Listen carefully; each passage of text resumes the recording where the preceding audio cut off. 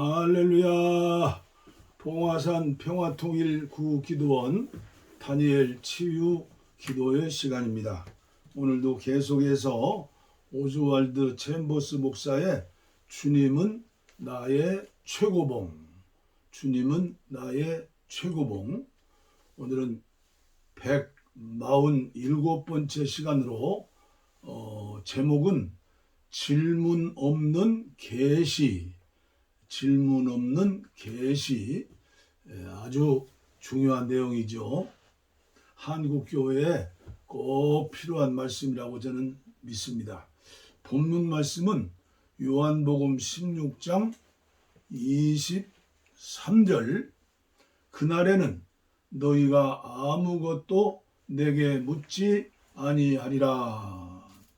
그날에는 너희가 아무것도 내게 묻지 아니하리라. 그날은 언제입니까? 승천하신 주님께서 당신을 하나님과 하나 되게 하실 때는 아닙니까? 그날에 당신은 예수님처럼 아버지와 하나가 될 것입니다. 예수님께서 그날에 너희가 아무것도 내게 묻지 아니하리라고 말씀하십니다. 예수님의 부활하신 생명이 당신 안에서 나타낼 때까지는 당신은 이것저것 묻기를 원할 것입니다. 그 후 시간이 좀 지나면 당신은 모든 질문이 사라질 것을 발견합니다. 더 이상 질문할 것이 없는 것 같습니다. 이제 하나님의 목적에 완전히 부합하는 예수님의 부활 생명에 온전히 의존하는 자리에 온 것입니다. 당신은 그 생명으로 살고 있습니까? 아니라면 그 이유는 무엇입니까?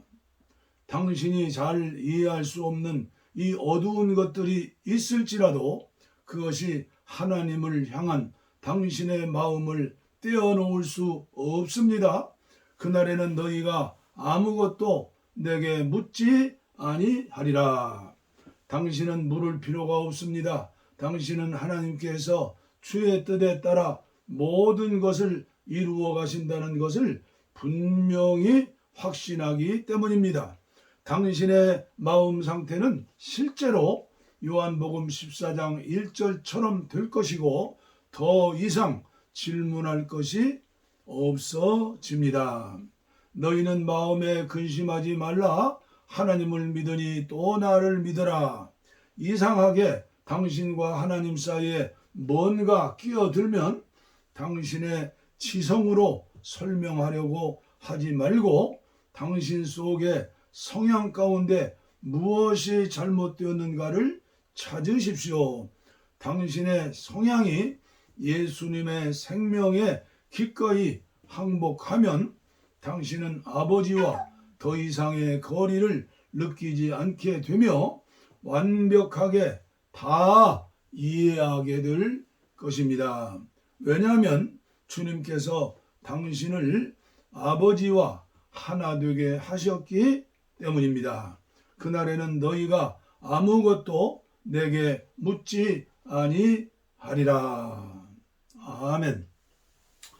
참으로 저 개인적으로 말씀드린다면 한편으로는 죄송하고 참 안타까웠지요. 왜냐하면 과천에서 20년 목회하면서 기도로 목회하고 성령 충만을 부르짖고 은혜 가운데 살았지만 이렇게 구체적으로 설명할 수 있는 단계의 목사는 아니었어요.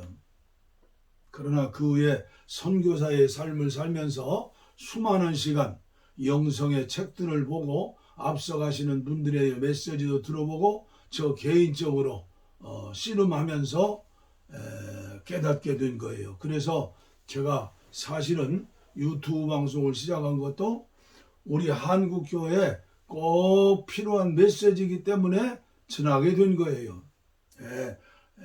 제가 한국교회 모든 목사님들에 대해서 판단하기를 원하는 건 아닙니다.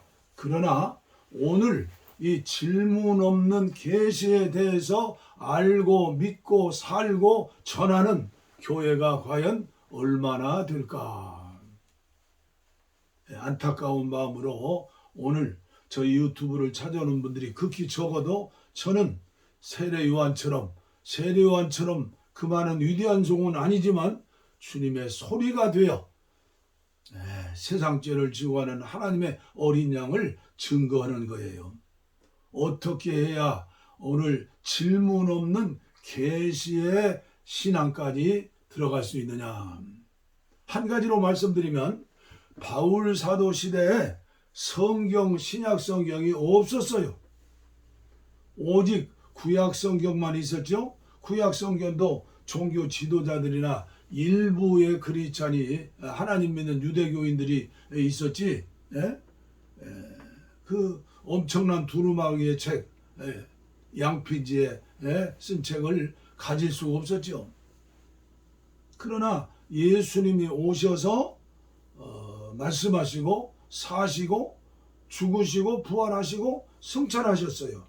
그리고 성령을 주심하고 약속하셨는데 초대교회 사도들과 성도들은 그 예수님의 뜻을 잘 알고 있었어요. 그러나 예수님을 얼굴도 뵙지 못했던 바울 사도는 어찌했겠는가? 여러분들이 바울 사도의 그 말씀을 잘 들어보세요. 예수님을 얼굴로 뵙지 않았는데, 저도 여러분들도 예수님을 얼굴로 뵙지 않았는데 어쩌면 바울 사도는 그런 편지를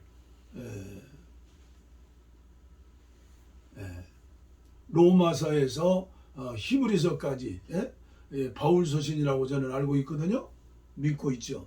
어떻게 그런 성경을 쓰셨는가? 저는 오늘 아침에도 고린도전서, 고린도후서를 읽으면서 참 바울 사도처럼 믿어야 하는 게 우리의 신앙이고 한국교회 신앙이다. 예를 들면 바울 사도의 말씀입니다. 옛날 광야에 40년 방황했던 이스라엘 백성들은 종살이 하다가 가나안 땅으로 가죠. 그때 모세를 통해서 하나님의 말씀을 전하셨죠. 그리고 백성들의 죄는 어떻게 해서 용서받았죠? 성막을 지었죠. 성막 울타리가 있고 성막 문이 있고, 그리고 들어가면 이방인의 뜰이 있고, 그 다음에 그 양이나 염소나 소를 불태워서 하나님께 드리는 번제단이 있죠. 그 다음에 물두멍이 있죠. 그게 평실 보통 성도들은 거기까지밖에 못 가는 거예요. 그러나 제사장들은 반차에 따라서 성소에 들어가죠. 성소에 자세히 설명할 수 없죠. 그리고 성소와 지성소는 두꺼운 막으로 채워졌죠. 그래서 지성소에는 1년에 한 번 대속주일에 대제사장이 반차를 따라서 들어가서 양푼에 양의 피를 담아서 백성들의 죄를 용서하는 그런 예식을 하죠. 그래서 백성들이 아멘 할렐루야 죄 용서 받았다. 이스라엘 백성들은 그렇게 살았어요. 그런데 오늘 신약을 사는 저와 여러분 어떻게 하겠어요? 바울 사도를 통한 하나님의 말씀이에요.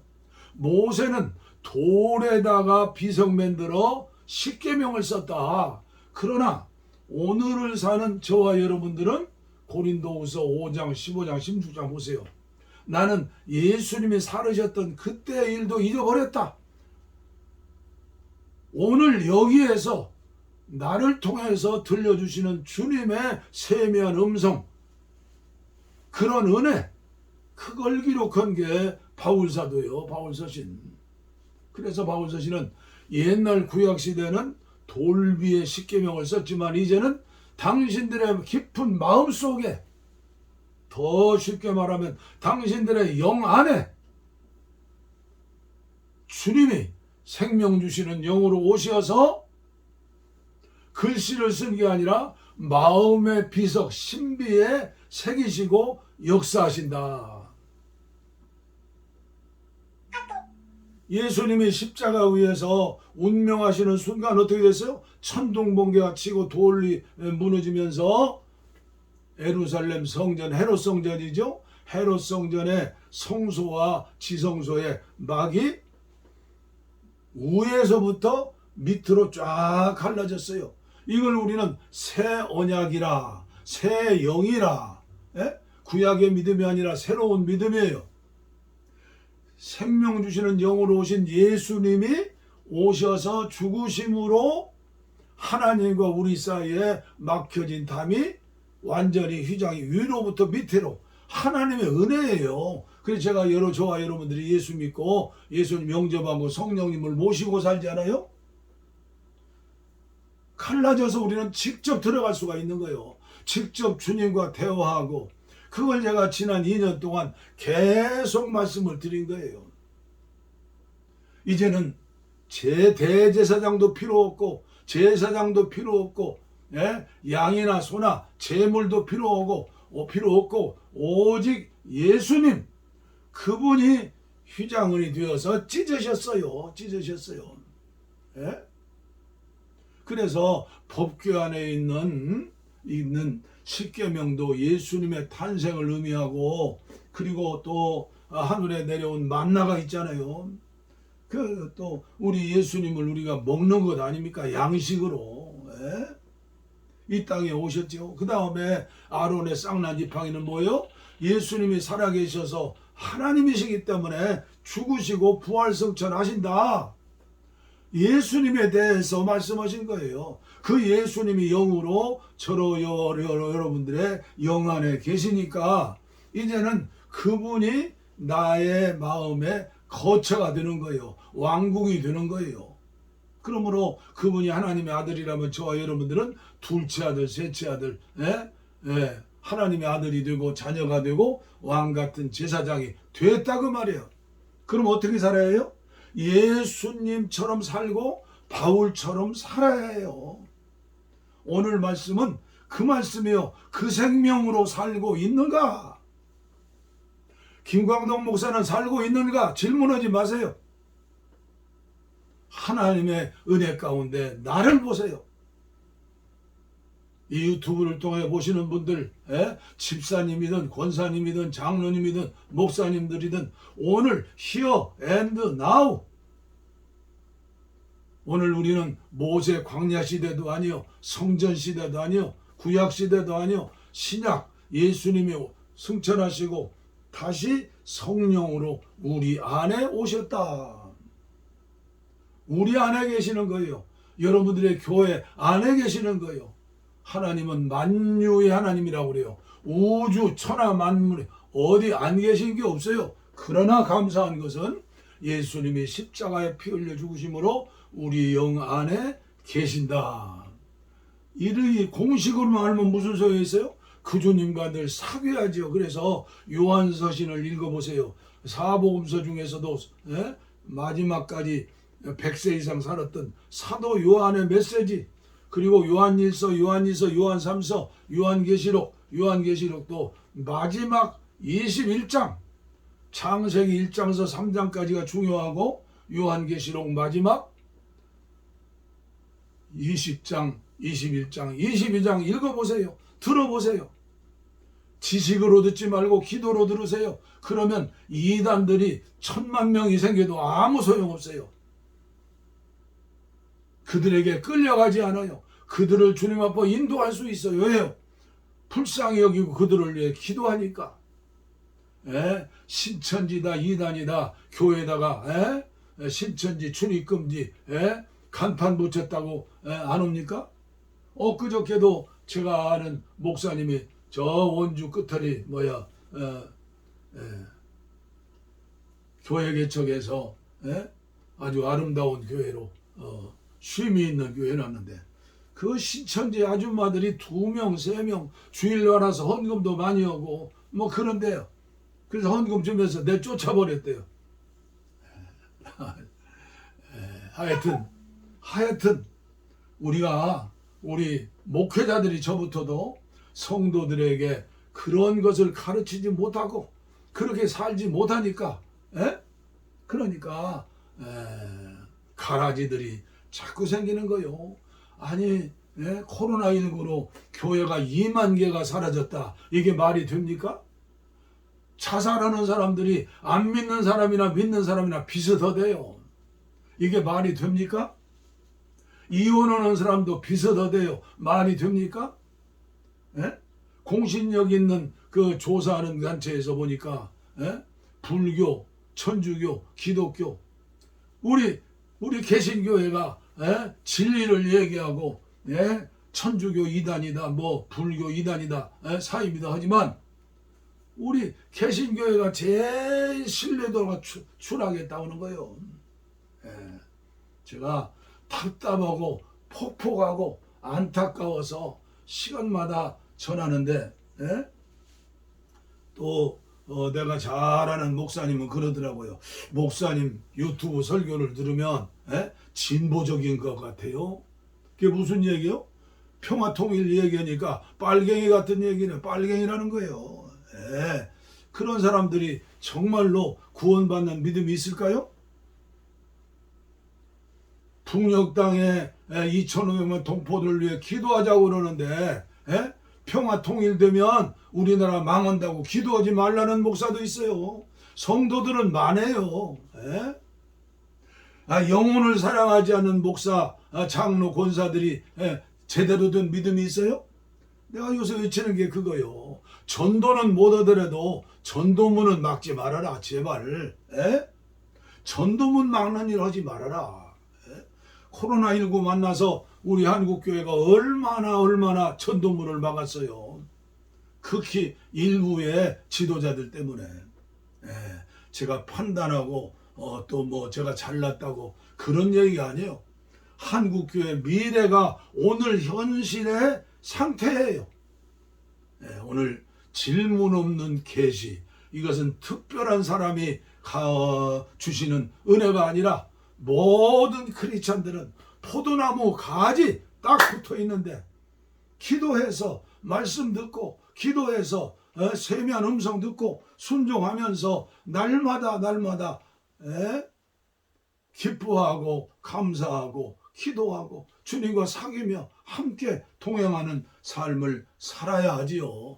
찬송만 부르면 되겠습니까? 저는 오늘 찬송가 171장 정했습니다. 하나님의 독생자. 사실은요 오늘 내게 하는 말씀이고 저희 아내에게 하는 말씀이에요. 시험 들지 마세요. 목사의 설교 가지고 시험 드는 사람 정말 불쌍한 사람이에요. 171장 부활절에만 부르는 찬송이 아니죠. 하나님의 독생자 예수 날 위하여 오시었네. 내 모든 죄 사시려고 십자가 지셨으나 다시 사셨네. 살아계신 주 나의 참된 소망 두려움이 사라지네. 사랑의 주 내 갈 길 인도하니 내 모든 삶의 기쁨 널 충만하네. 주 안에서 거듭나누리 기뻐하며 찬양하리. 가슴 속에 넘치는 확신 우리의 가는 길에 소망 넘치네. 살아계신 주 나의 참된 소망 두려움이 사라지